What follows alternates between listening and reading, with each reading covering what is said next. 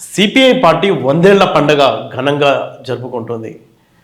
అప్పట్లో అంటే స్వాతంత్ర పోరాటంలో కాంగ్రెస్ పార్టీతో ధీటుగా పోరాడిన పార్టీ. అయితే అప్పట్లో ఆర్ఎస్ఎస్, ఈ కమ్యూనిస్ట్ పార్టీ ఒకేసారి పుట్టాయి. కానీ ఆర్ఎస్ఎస్ కూడా అధికారం వచ్చేసింది. ఆర్ఎస్ఎస్ ఆధ్వర్యంలో ఉన్న బీజేపీ పార్టీ దాదాపుగా 11-12 ఏళ్ళ నుంచి అధికారంలో ఉంది. కాంగ్రెస్ పార్టీ అధికారంలో ఉంది. అయితే దారుణమైన విషయం ఏంటంటే ఈ 100 ఏళ్లలో కమ్యూనిస్ట్ పార్టీ ఎక్కడుందో తెలియని పొజిషన్కి వెళ్ళిపోయింది. మనం చరిత్ర చూసుకున్నట్లయితే 3 లోక్సభ ఎన్నికల్లో సెకండ్ పొజిషన్ మెయిన్ ప్రధాన ప్రతిపక్షంగా కమ్యూనిస్ట్ పార్టీ ఉంది. మన తెలుగు రాష్ట్రాల్లో కనుక మనం చూసుకున్నట్లయితే 1952లో ఈ కాంగ్రెస్ పార్టీ కంటే కమ్యూనిస్ట్ పార్టీకి సంబంధించిన నేతలు ఎక్కువ మంది గెలిచారు. అలాంటి పరిస్థితి నుంచి ఎందుకు ఇప్పుడు అంత హీనమైన అంటే దారుణమైన స్థితికి దిగజారిందో అంశాలని మనతో పాటు సిపిఐ జాతీయ కార్యదర్శి రామకృష్ణ గారు ఉన్నారు. ఆయనతో చిట్చాట్ చేద్దాం. సార్ నమస్తే. నమస్తే. కమ్యూనిస్ట్ పార్టీ అంటే ఒక వెలుగు వెలిగిన దేశంలో ఒక వెలుగు వెలిగి అధికారానికి దగ్గర అవుతుంది అనుకున్న కమ్యూనిస్ట్ పార్టీ మనం చూసాం మన తెలుగు రాష్ట్రాల్లో 1952లో కూడా కాంగ్రెస్ కంటే ఎక్కువ సీట్లు వచ్చాయి. ఎందుకు ఇప్పుడు 100 ఏళ్ల తర్వాత చూసుకున్నట్లయితే ఒక సీటుకు పరిమితమైన పరిస్థితి, దీన్ని ఎలా విశ్లేషిస్తారు మీరు? అదే సిపిఐ బలహీనపడింది అనేది స్పష్టంగా కనపడుతుంది. 1952 ఎలక్షన్స్లో ఇక్కడ నల్గొండ స్థానంలో రావి నారాయణ రెడ్డి గారు ఆనాటి ప్రధానమంత్రిగా ఉన్నటువంటి జవహర్లాల్ నెహ్రూ గారి కంటే ఆయనకి ఎక్కువ మెజారిటీ వచ్చింది. తర్వాత ఎంతోమంది ఎమ్మెల్యేలు, ఎంపీలు ఇటు తెలంగాణ ప్రాంతంలో అటు ఆంధ్ర ప్రాంతంలో కాంగ్రెస్ పార్టీ కంటే కూడా ఎక్కువ సీట్లు గెలిచాం. ఆ తర్వాత 1955 ఎలక్షన్లో మొట్టమొదటిసారి అసలు ఛాలెంజ్ చేసింది పవర్ కోసం కమ్యూనిస్ట్ పార్టీ. అప్పుడు కమ్యూనిస్ట్ పార్టీ అధికారంలోకి రాలే. మళ్ళీ మేము పవర్కి ఛాలెంజ్ చేసిన పరిస్థితే కనపడలే. కాబట్టి ఏమంటే మీరు అన్నట్లుగా కమ్యూనిస్ట్ పార్టీ 1925లో ఆవిర్భవించిన అదే సంవత్సరం ఆవిర్భవించిన ఆర్ఎస్ఎస్ యొక్క దాని రాజకీయ పుత్రిక బీజేపీ, అంటే అంతకుముందు జనసంఘం ఉండేది, తర్వాత బీజేపీ, వాళ్ళు ఇవాళ 12 ఏళ్లుగా కేంద్రంలో అధికారంలో ఉన్నారు. అంటే ఇప్పుడు రేపు 100 ఏళ్ళు అయిపోయింది కాబట్టి ఈ రాబోయే రోజుల్లో అన్న వ్యూహాత్మకంగా ఏమన్నా స్టెప్స్ తీసుకునే అవకాశం ఉందా? ఫ్యూచర్ ఆశాభావం ఏమన్నా ఉందా? ఖచ్చితంగా. ఎందుకంటే కమ్యూనిస్ట్ పార్టీకి ఒక శాస్త్రీయ దృక్పథంతో సైద్ధాంతిక నిబద్ధతతో పనిచేసే పార్టీ. కాబట్టి ఏమంటే ఓకే, ఇవన్నీ కూడా మా ఎక్స్పీరియన్సెస్ తప్పకుండా వీటన్నిటిపైన కూడా మేము చర్చించుకోవడమే కాకుండా రాబోయే రోజుల్లో దేశవ్యాప్తంగా భారత కమ్యూనిస్ట్ పార్టీ బలహీనపడడానికి ఏ కారణాలు అయితే ఉన్నాయో ఆ కారణాలను స్టడీ చేయడము, తర్వాత రాబోయే రోజుల్లో మరింత బలపడడానికి పార్టీని ముందుకు తీసుకోవడానికి ఎలాంటి చర్యలు చేపట్టాలి, ఈ అన్ని అంశాలపైన కూడా పార్టీలో చర్చ జరుగుతోంది. అదేవిధంగా పార్టీ శ్రేయోభిలాషుల్లో వామపక్ష మేధావుల్లో చర్చ జరుగుతూ ఉంది. వివిధ కమ్యూనిస్ట్ పార్టీల వెంట ఉన్నటువంటి ప్రజానీకంలో కూడా ఇది చర్చ జరుగుతూ ఉంది. ఎందుకంటే అవునన్నా కాదన్నా సిపిఐగా మేము ఒక అంశాన్ని మేము లేవనెత్తుతున్న అంశం ఏమంటే సిపిఐ పార్టీ చీలిపోవడం, ఆ తర్వాత మళ్ళీ సిపిఎం చీలిపోవడం, ఆ తర్వాత వివిధ గ్రూపులుగా ఏర్పడడం, కొంతమంది ఆయుధాలు చేపట్టి అడవులకు వెళ్ళడం, వీటన్నిటి ఫలితంగా కూడా కమ్యూనిస్టు ఉద్యమం చాలా నష్టపోయిందని మేము భావిస్తూ ఉన్నాం. కమ్యూనిస్టు ఉద్యమము భారతదేశంలో నష్టపోవడానికి చీలిక అనేది ఒక ప్రధానమైన కారణమని సిపిఐగా మేము భావిస్తూ ఉన్నాం. ఇవాళ వివిధ కమ్యూనిస్టు గ్రూపుల్లో కమ్యూనిస్ట్ పార్టీలలో పనిచేస్తున్న వాళ్ళలో కూడా ఇవాళ ఈ అంశం పైన చర్చ జరుగుతుంది. ఉదాహరణకు మీరు నక్సలైట్లు తీసుకోండి, మావోయిస్టులు, వాళ్ళు అనేక మంది చదువుకున్న వాళ్ళు, బాగా ఇదైన వారు నిస్వార్థంగా ఆయుధాలు చేపట్టి అడవులకు వెళ్ళి తమ ప్రాణాలను పణంగా పెట్టి ప్రజల కోసం వాళ్ళు పోరాడారు. అది కూడా పోరాటమే. వారు కూడా మార్క్సిజం లెనినిజాన్ని నమ్మిన వారే. మాతృ సంస్థ ఒకప్పుడు వారందరూ కూడా కమ్యూనిస్ట్ సిపిఐఏ. కాబట్టి ఏమంటే ఇవంతా ఇన్ని రకాలుగా నష్టపోయాం. కాబట్టి మా పార్టీ ఇప్పుడు ఏం చెప్తా ఉందంటే భారతదేశంలో కమ్యూనిస్టు ఉద్యమ పునరేకీకరణ జరగాలి, కమ్యూనిస్టు ఉద్యమ సంస్థలన్నీ కూడా ఒక తాటిపైకి రావాలి. ఆ రకంగా మనం రాబోయే రోజుల్లో ఇవాళ కేంద్రంలో జరుగుతున్నటువంటి ప్రభుత్వం అభివృద్ధి నిరోధక మతోన్మాద ప్రభుత్వం దీనికి వ్యతిరేకంగా అందరం కూడా ముందుకు సాగాలని చెప్పి కూడా మేము కోరుతాం. తెలంగాణలో ఎలా జరగబోతుంది సార్? ఎలాంటి డెసిషన్స్ ఉండబోతున్నాయి? ఇప్పుడు సీఎంని ఆహ్వానించారు, గతంలో ఎప్పుడు చూడలే మనం ఒక సీఎం స్థాయి వ్యక్తి మీ సమావేశాలకు రావడం అనేది ఇది ఫస్ట్ టైం జరుగుతుంది. దీన్ని ఎలా చూడాలి? ఇవాళ దేశ రాజకీయ పరిస్థితుల్లో కమ్యూనిస్టులుగా మేము ప్రగాఢంగా విశ్వసిస్తున్నది ఏమంటే, ఇవాళ ఒక మతోన్మాద అభివృద్ధి నిరోధక ప్రభుత్వము నరేంద్ర మోడీ నాయకత్వంలో ఒక నియంత్రితమైన పద్ధతుల్లో, ప్రజల్ని చీల్చే పద్ధతుల్లో, దేశాన్ని విభజించే పద్ధతుల్లో, వివిధ మతాల మధ్య కులాల మధ్య చీలిక తెచ్చే పద్ధతుల్లో వారు పరిపాలన చేస్తున్న నేపథ్యంలో ఒక కమ్యూనిస్టులుగానే కాదు, ఇతర లౌకిక ప్రజాతంత్ర శక్తులను కూడా మనం కూడగట్టాలి, ఆ రకంగా మనం ముందుకు సాగాలి అని చెప్పి మేము భావిస్తూ ఉన్నాం. అందుకోసం వాళ్ళ కాంగ్రెస్ పార్టీ కానీ, తమిళనాడులో డిఎంకే పార్టీ కానీ, అదేవిధంగా యూపీలో సమాజ్వాదీ పార్టీ కానీ, బీహార్లో ఆర్జేడీ, ఇలాంటి పార్టీలు సెక్యులర్ పార్టీస్, డెమోక్రటిక్ పార్టీస్తో కూడా మేము ఇవాళ చేతులు కలుపుతా ఉన్నాం. ఇండియా అలయన్స్ భాగస్వాములుగా ఉంటూ మేము ఇవాళ దేశవ్యాప్తంగా కలిసికట్టుగా ముందుకు సాగాలనుకుంటాము. ఆ తరుణంలోనే ఇవాళ ఖమ్మంలో జరుగుతుంది కాబట్టి తెలంగాణ ముఖ్యమంత్రి గారిని కూడా ఆహ్వానించాం. అందుకు కాంగ్రెస్ పార్టీ నాయకుడిగా ఆయన ఆహ్వానించాం. అంతేగాని చంద్రబాబు నాయుడు గారిని ఆహ్వానించలేదు కదా, ఎందుకంటే ఆయన ఎన్డీఏ కూటమిలో ఉన్నాడు. కాబట్టి మేము ఇక్కడ ఇండియా అలయన్స్ పార్ట్నర్స్గా ఉన్నారు కాబట్టి మేము వీరిని ఆహ్వానించాం. అదేవిధంగా తమిళనాడులో ఏదైనా జరిగినప్పుడు వాడు మన 100 years ఫంక్షన్కి అక్కడ స్టాలిన్ గారిని ఆహ్వానించారు. స్టాలిన్ గారు కూడా ఆ మీటింగ్కి అటెండ్ అయ్యారు.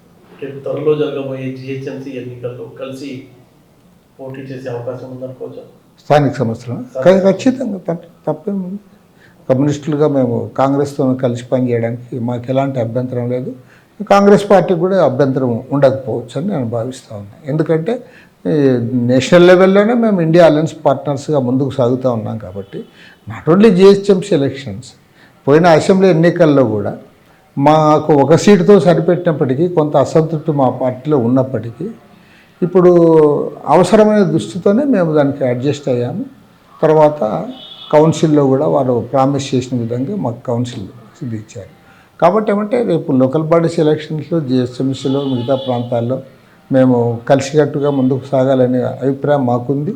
కాంగ్రెస్ పార్టీ కూడా ఉంటుందని చెప్పి నేను భావిస్తాను. రెండు జిల్లాలు ఖమ్మం, నల్గొండ, రెండు జిల్లాల్లో ఇటు కాంగ్రెస్ పార్టీ, కమ్యూనిస్ట్ పార్టీ బలంగా ఉన్నాయి. అక్కడ స్థానికంగా కొన్ని సమస్యలు ఉన్నాయి. మనం చూసుకున్నట్లయితే బట్టి నియోజకవర్గంలో ఒక సిపిఎం కార్యకర్తని హత్య కూడా జరిగింది.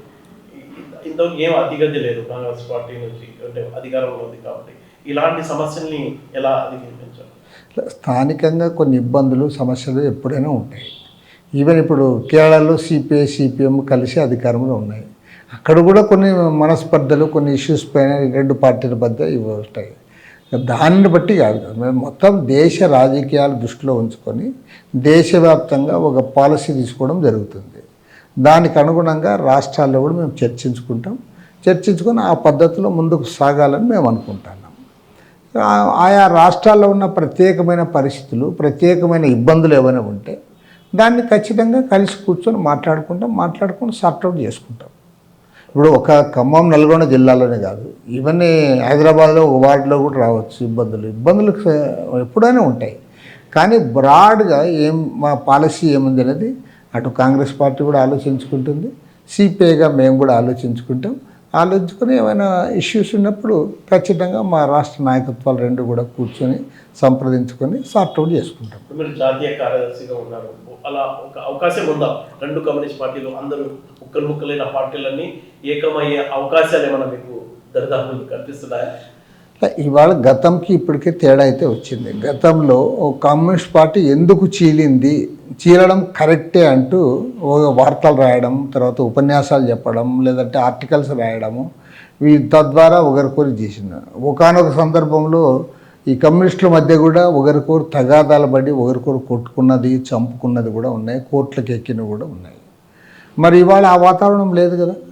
ఇవాళ భారతదేశంలో ఎక్కడ కానీ సిపిఐ, సిపిఎం కానీ, లేదా సిపిఐ ఇతర కమ్యూనిస్ట్ గ్రూపులు కానీ ఎక్కడ మేము తగాదా పడడంలే. అనేక అంశాల విషయం మేము కలిసికట్టుగానే సాగుతూ ఉంటాం. ఇక్కడ మన తెలంగాణలో, ఆంధ్రప్రదేశ్లో మనం ఒకసారి చూస్తే 9 వామపక్ష పార్టీల ఆధ్వర్యంలో అనేక ఉద్యమాలు కూడా చేస్తూ ఉంటాం. కాబట్టి ఏమంటే గతంతో పోల్చినప్పుడు ఇవాళ మన కమ్యూనిస్టు శ్రేణుల మధ్య, కమ్యూనిస్టు గ్రూపుల మధ్య తగాదాలు జరగడంలే. పైగా ఇవాళ ఎవరు కూడా బహిరంగంగా కమ్యూనిస్టు ఉద్యమ పునరేకీకరణ జరగాలనే అంశాన్ని వ్యతిరేకించడంలే. కొంత మేమేమంటాం, మేము అవుట్ రైట్గా జరగాలని మేము అంటున్నాం సిపిఐగా. సిపిఎం లాంటి పార్టీలు ఏమంటారు, ఇది జరగాలి కానీ క్రమేణా జరగాలి, ఉద్యమాలు చేయడం ద్వారా, ఐక్య ఉద్యమాల ద్వారా రాబోయే రోజుల్లో కలవాలి అంటున్నారు. అంతేగాని వాళ్ళు అసలు లేదు అని అయితే ఇది చేయడం, డినై చేయడంలే కదా. మేమేమంటాం, ఇప్పటికే ఆలస్యమైంది, విలువైన 50 ఏళ్ళు 5 దశాబ్దాలు కోల్పోయాము. ఈ 5 దశాబ్దాల కాలంలో కమ్యూనిస్టు ఉద్యమం ఈ దేశంలో నష్టపోయింది. కాబట్టి ఇవాళ తక్షణమే కమ్యూనిస్టు ఉద్యమం పునరేకీకరణ జరగాలంట అన్నాం. ఎవరైతే అడవుల్లో తుపాకులు పట్టుకుని పోరాడి అక్కడ ప్రాణాలు కోల్పోతూ ఉన్నారో వారికి కూడా విజ్ఞప్తి చేస్తూ ఉన్నాం, మీరు కూడా జనజీవన స్రవంతిలో కలవండి, అందరం కలిసి ఫైట్ చేస్తామని మేము చెప్తున్నాం. కాబట్టి అంటే మేము ఇప్పుడు చెప్తున్న దానికి వామపక్ష శ్రేణుల నుండి, వామపక్ష శ్రేయోభిలాషుల నుండి, అదేవిధంగా సాధారణ కష్టజీవులైన ప్రజల నుంచి కూడా సానుకూలత వ్యక్తమవుతూ ఉంది. కాబట్టి రాబోయే రోజుల్లో ఖచ్చితంగా ఇది జరుగుతుంది, జరిగి తీరుతుంది. అది జరిగి తీరాలి. అది ఒక వ్యక్తుల కోసమో, ఒక పార్టీ కోసమో, ఒక సంస్థ కోసమని కాదు, కోట్లాది మంది శ్రమజీవుల యొక్క మేలు కోసం, బాగు కోసం, దేశ ప్రయోజనాలు కూడా ఇందులో ఇమిడి ఉన్నాయి. కాబట్టి కమ్యూనిస్టు ఉద్యమ పునరేకీకరణ అనేది అత్యంత ముఖ్యమైన అంశం. అది జరిగి తీరాలని చెప్పి నేను భావిస్తాను. సార్, 100 ఏళ్ల పండుగ జరుపుకోబోతున్నారు. కమ్యూనిస్ట్ పార్టీ అంటే అందరూ ఏదన్నా సమస్య వచ్చినా, ఇబ్బంది వచ్చినా సాధారణ పబ్లిక్ వెంటనే గుర్తుకొచ్చేది కమ్యూనిస్ట్ పార్టీ.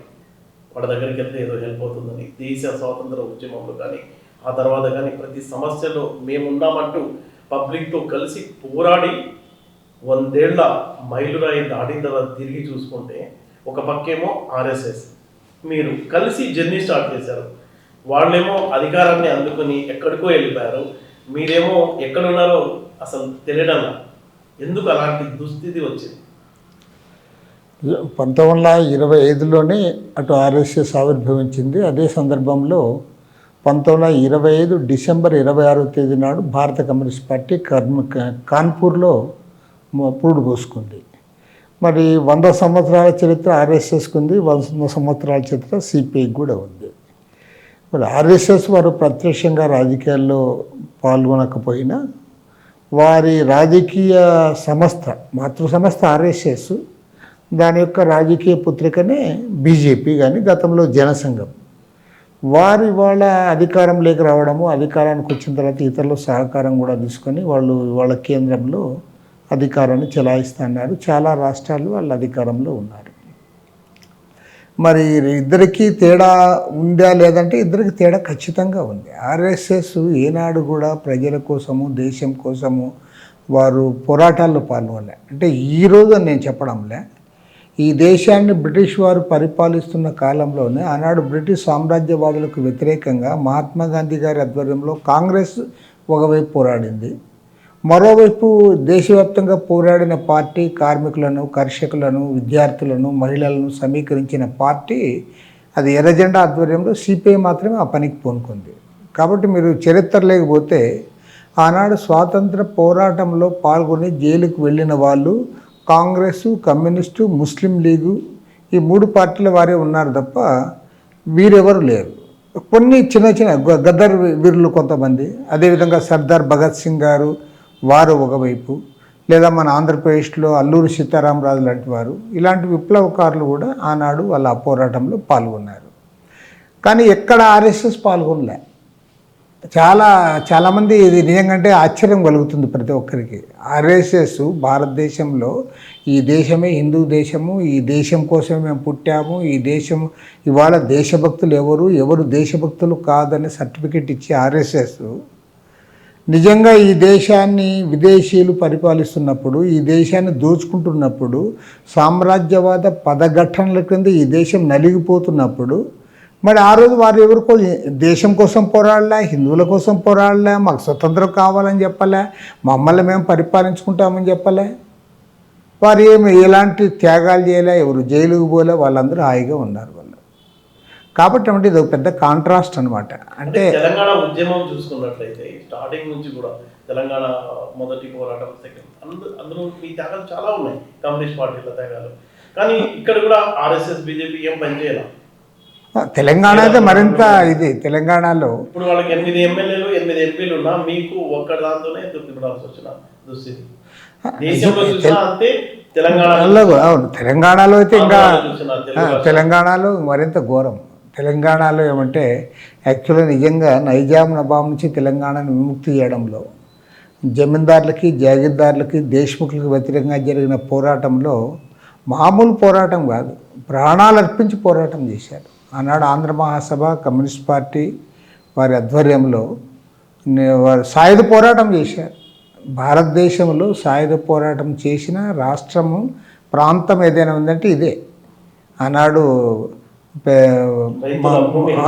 భూమి కోసం భుక్తి కోసం జరిగిన పోరాటానికి ఆనాడు సాయుధ పోరాటానికి పిలిపించింది కూడా ఇవాళ పేరెన్నిక కన్నా రావి నారాయణ రెడ్డి గారు, బద్దం ఎల్లారెడ్డి గారు, మగ్దుమ్ మొహీద్దీన్ గారు. ఈ ఆఫీస్ పేరు ఆయన పేరు మీద ఉంది.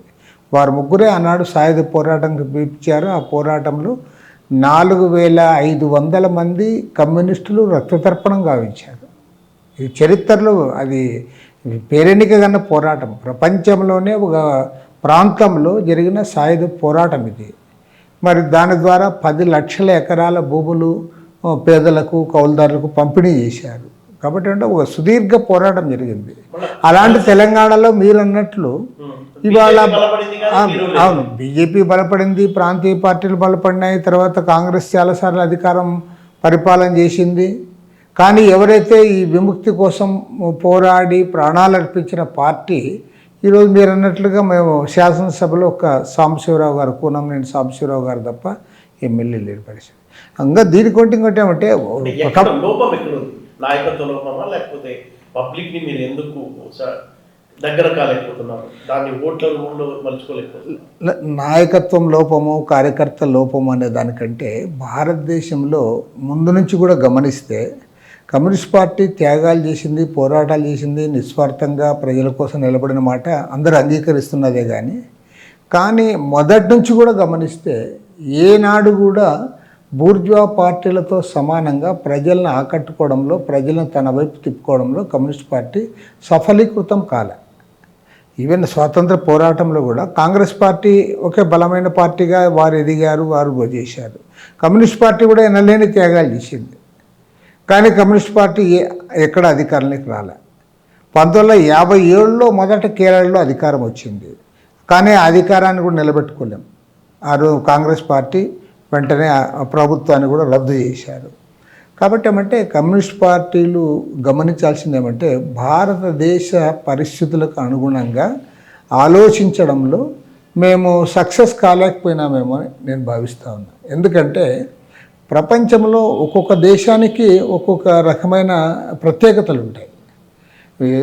ఎందుకు భారతదేశానికి సంబంధించి మనం విఫలమైనామని ఇంత గట్టిగా చెప్పగలుగుతున్నానంటే భారతదేశంతో పోల్చదగిన సాంఘిక, ఆర్థిక, రాజకీయ పరిణామాలు ప్రపంచంలో ఏ దేశంలో కూడా లేవు. ఎందుకంటే భారతదేశంలో హిందూ మతం ఎక్కువ ఉండడము, హిందూ మతంలో మాత్రమే కులాలు ఉన్నాయి. ప్రపంచంలో ఏ ఇతర మతంలో కూడా కులాలు లేవు. వాళ్ళు కూడా వేరే రకాల సెక్స్ అవి అట్లా ఉన్నాయి తప్పితే. కానీ ఇంత కాంట్రాస్ట్ అనమాట. ఎంత ఇదంటే ఒకే మతం అంటారు, వాళ్ళ ఇంట్లోకే రానివ్వరు, గుళ్ళేకే రానివ్వరు. అంటరానితనం ఉన్నది. వేల కొద్ది కులాల్లో మళ్ళీ దాంట్లో సబ్సెక్ట్స్. కాబట్టి ఏమంటే ఇక్కడ భారతదేశంలో ఉన్న ఒక ప్రత్యేకమైన పరిస్థితులను ఆకలింపు చేసుకోవడంలో ఈ దేశంలో పేదరికము, తర్వాత నిరుద్యోగము, అవిద్య, ఇవన్నీ అసమానతలు ఇంత పెద్ద ఎత్తున ఉన్నప్పటికీ ఈ ఎవరైతే ఈ బాధలు అనుభవిస్తూ ఉన్నారో, ఈ బాధలు అనుభవిస్తున్న జనం తరఫున పోరాటాలు చేసిన మాట నిజమైనప్పటికీ ఆ బాధితులందరినీ ఒక దగ్గర చేర్చగలిగిన పని కమ్యూనిస్ట్ పార్టీ చేయలేకపోయింది. అంటే గత 10-15 ఏళ్ళుగా చూసుకున్నట్లయితే పోరాటంలో చేయటంలో ఆసక్తి చూపకుండా ఏదో ఒక పార్టీకి తోక పార్టీగా మిగిలిపోవడం వల్లనే ఇలాంటి పరిస్థితి వచ్చింది అనే ఆరోపణలు ఉన్నాయి. అది ఏమైనా కరెక్ట్ అనుకోవచ్చు? తోక పార్టీ, ఈగ పార్టీ అనేది దాన్ని దేన్ని బట్టి అంటారంటే ఏది తోక పార్టీ కాదు, ఏది ఈగ పార్టీ కాదు. ఇప్పుడు భారతీయ జనతా పార్టీ ఉంది, కేంద్రంలో అధికారంలో ఉంది. అది అవునన్నా కాదన్నా ఇప్పుడున్న పరిస్థితులు పెద్ద పార్టీ. మరి వాళ్ళు ఎన్ని రాజకీయ పార్టీలతో సంబంధాలు పెట్టుకున్నారు? ఒక సందర్భంలో 22 రాజకీయ పార్టీలతో కూటమి ఏర్పాటు చేశారు. ఇప్పుడు కూడా చాలా పార్టీలతో వాళ్ళకి సంబంధాలు ఉన్నాయి. ఇంకో మాట కూడా గట్టిగా చెప్పగలను, ఇవాళ నరేంద్ర మోడీ గారు ప్రధానమంత్రిగా ఉన్నారంటే ఖచ్చితంగా ఇతర పార్టీల సహకారంతోనే ఉన్నారు. మరి దాని తోక పార్టీ అనలేదు మీరు.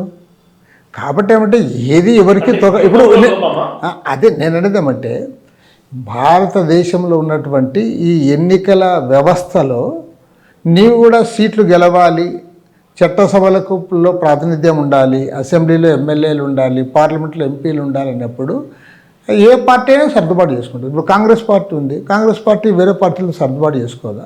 సర్దుబాటు చేసుకుంటుంది. అదేవిధంగా కమ్యూనిస్ట్ పార్టీ కూడా ఎన్నికల్లో మేము సర్దుబాటు చేసుకుంటాం. మేము బీజేపీకి వ్యతిరేకంగా ఇతర లౌకిక పార్టీలతో మేము సర్దుబాటు చేసుకుంటాం. దాన్ని బట్టి కాదు, ఎక్కడ లోపం ఉందంటే ప్రజల్ని ఆకట్టుకోవడంలో, ప్రజల్ని పోరాటాల్లో, ఆర్థిక అంశాలపైన మేము వాళ్ళని సమీకరించగలుగుతున్నాం తప్ప రాజకీయంగా వాళ్ళని మా వెంట సమీకృతం చేసుకోవడంలో మేము సక్సెస్ కాలేకపోతున్నాం.